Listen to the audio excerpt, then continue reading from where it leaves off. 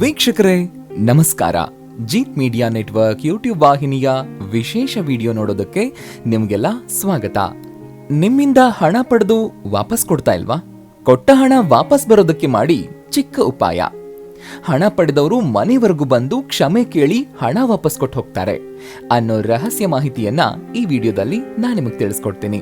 ಹಾಗೇನೆ ಈ ವಿಡಿಯೋಗೆ ಈಗಲೇ ಒಂದು ಲೈಕ್ ಕೊಟ್ಟು ವಿಡಿಯೋದ ಕೆಳಗಡೆ ಅಮ್ಮ ಮಹಾಲಕ್ಷ್ಮಿ ಶ್ರೀಮನ್ನಾರಾಯಣರ ಸಮೇತ ನಮ್ಮ ಮನೆಗೆ ಬಂದು ಸ್ಥಿರವಾಗಿ ನೆಲೆಸಮ್ಮ ಅಂತ ಕಮೆಂಟ್ ಮಾಡೋದಕ್ಕೆ ಮರಿಬೇಡಿ. ಕಷ್ಟ ಇದೆ, ಹಣದ ಸಹಾಯ ಮಾಡಿ ಅಂತ ಯಾರಾದ್ರೂ ಮುಂದೆ ಬಂದ್ ನಿಂತ್ರೆ ಸಹಾಯ ಮಾಡೋದು ಮನುಷ್ಯನ ಸಹಜ ಧರ್ಮ. ಆದ್ರೆ ಕೆಲ ಸ್ವಾರ್ಥಿಗಳು ಆ ಸಹಾಯವನ್ನ ಮರ್ತೆ ಬಿಡ್ತಾರೆ.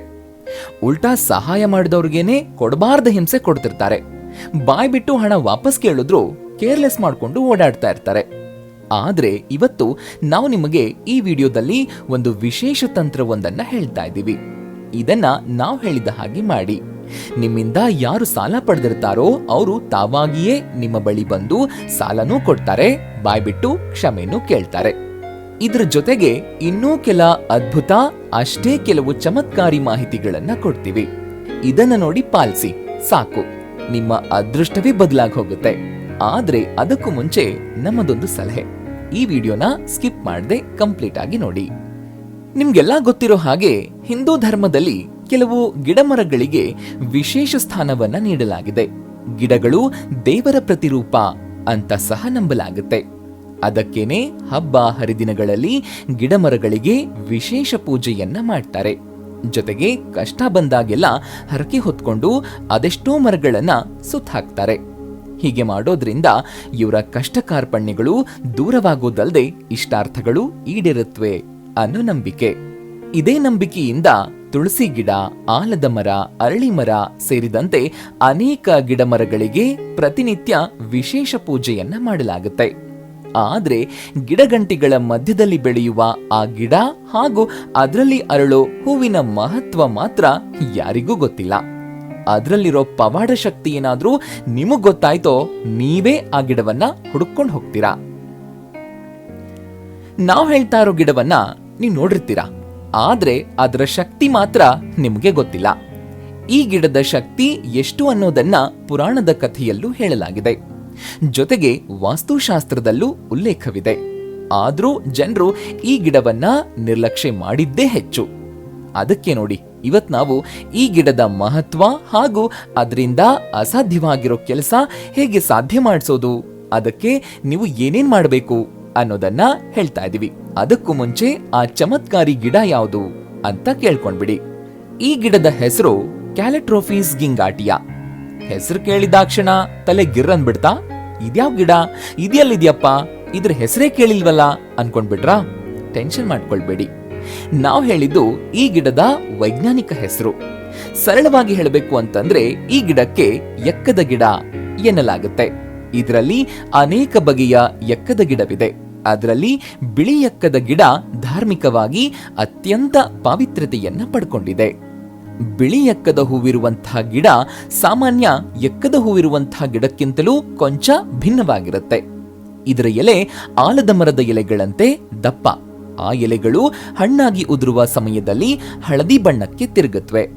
ಬಿಳಿ ಎಕ್ಕದ ಹೂಗಳು ಚಿಕ್ಕ ಚಿಕ್ಕದಾಗಿದ್ದು ಗೊಂಚಲುಗಳ ಆಕಾರದಲ್ಲಿ ಕಾಣಿಸಿಕೊಳ್ಳುತ್ತವೆ. ಈ ಗಿಡದ ಹೂಗಳು ಬಿಳಿ ಬಣ್ಣದ್ದಾಗಿದ್ದು ಇದರಲ್ಲಿರೋ ಹಣ್ಣುಗಳು ಮಾವಿನ ಹಣ್ಣಿನ ಆಕಾರದಲ್ಲಿರುತ್ತವೆ. ಇನ್ನು ಈ ಗಿಡದ ರೆಂಬೆಗಳು, ಎಲೆಗಳು ಹಾಗೂ ಹೂಗಳನ್ನ ಮುರಿವಾಗ ಬಿಳಿ ಬಣ್ಣದ ರಸ ಬರುತ್ತೆ. ಆ ರಸ ಅತ್ಯಂತ ವಿಷಕಾರಿಯಾಗಿದ್ದು ಮನುಷ್ಯರ ಕಣ್ಣು, ಮೂಗು, ಚರ್ಮಕ್ಕೆ ತಾಕಿದ್ರೆ ಸುಟ್ಟಂತಾಗ್ಬಿಡುತ್ತೆ. ಆದ್ರಿಂದ ಆ ಗಿಡಗಳ ಹತ್ರ ಮಕ್ಕಳನ್ನ ಯಾವ ಕಾರಣಕ್ಕೂ ಬಿಡಬೇಡಿ. ಬಿಟ್ರೆ ಅಪಾಯ ತಪ್ಪಿದ್ದಲ್ಲ. ಇದೇ ಎಕ್ಕದ ಗಿಡದ ಬೇರಿನಿಂದ ಮಾಡಿದ ಗಣೇಶನ ಮೂರ್ತಿಯು ಅತ್ಯಂತ ಶುಭ ಅಂತ ಪರಿಗಣಿಸಲಾಗುತ್ತೆ. 2 ಅಥವಾ 3 ವರ್ಷಗಳ ಹಳೆಯ ಎಕ್ಕದ ಗಿಡದ ಬೇರಿನಿಂದ ಗಣೇಶನ ವಿಗ್ರಹವನ್ನ ಕೆತ್ತಿ ಆ ಮೂರ್ತಿಯನ್ನ ಪೀಠದಲ್ಲಿ ಸ್ಥಾಪಿಸಿ ಪೂಜೆ ಮಾಡಿದ್ರೆ ಸಕಲ ಸುಖ ಪ್ರಾಪ್ತಿಯಾಗುತ್ತೆ ಅಂತ ಹೇಳಲಾಗುತ್ತೆ. ಇಷ್ಟೆಲ್ಲಾ ಶಕ್ತಿ ಹೊಂದಿರೋ ಇದೇ ಬಿಳಿ ಎಕ್ಕದ ಹೂವಿನ ಗಿಡಕ್ಕೆ ನೀವು ಸಾಲದ ರೂಪದಲ್ಲಿ ಕೊಟ್ಟ ಹಣ ಮತ್ತೆ ನಿಮ್ಮ ಕೈ ಸೇರೋ ಹಾಗೆ ಮಾಡೋ ಶಕ್ತಿಯೂ ಇದೆ. ಈ ಮಾತನ್ನ ನಂಬೋದು ಕಷ್ಟ, ಆದ್ರೆ ಸತ್ಯ ಅದ್ ಹೇಗಂತಾನು ಈಗ ನಾವು ಹೇಳ್ತೀವಿ ನೋಡಿ. ಈಗ ನಾವು ಹೇಳ್ದ ಹಾಗೆ ಮಾಡಿ. ಸಾಲ ಕೊಟ್ಟು ಲಾಸ್ ಆಗೋದೆ ಅಂತ ಹೇಳ್ಕೊಳ್ಳೋರು ಕೂಡ ಕೊಟ್ಟ ಸಾಲದ ದುಡ್ಡು ಮತ್ತೆ ಕೈಗೆ ಬಂತು ಅಂತ ಖುಷಿ ಪಡ್ಬೇಕು. ಅಂತಹ ಚಮತ್ಕಾರಿ ಪರಿಹಾರ ಇಲ್ಲಿದೆ, ಕೇಳಿಸ್ಕೊಳ್ಳಿ. ಅಮಾವಾಸ್ಯೆಯ ದಿನದಂದು ಮಧ್ಯಾಹ್ನ 12 ಗಂಟೆಯ ಒಳಗೆ ಬಿಳಿ ಹೂವಿರುವಂತಹ ಎಕ್ಕದ ಗಿಡದ ಬಳಿಗೆ ಹೋಗ್ಬೇಕು. ಹೋಗುವಾಗ ಒಂದು ತಂಬಿಗೆ ನೀರನ್ನ ತಗೊಂಡು ಹಾಗೂ ಪೂಜಾ ಸಾಮಗ್ರಿಗಳನ್ನ ತಗೊಂಡು ಹೋಗಿ. ಅಂದ್ರೆ ಅರಿಶಿನ, ಕುಂಕುಮ, ಅಗರಬತ್ತಿ, ಹೂವು ಇವುಗಳನ್ನ ತಗೊಂಡು ಹೋಗ್ಬೇಕು.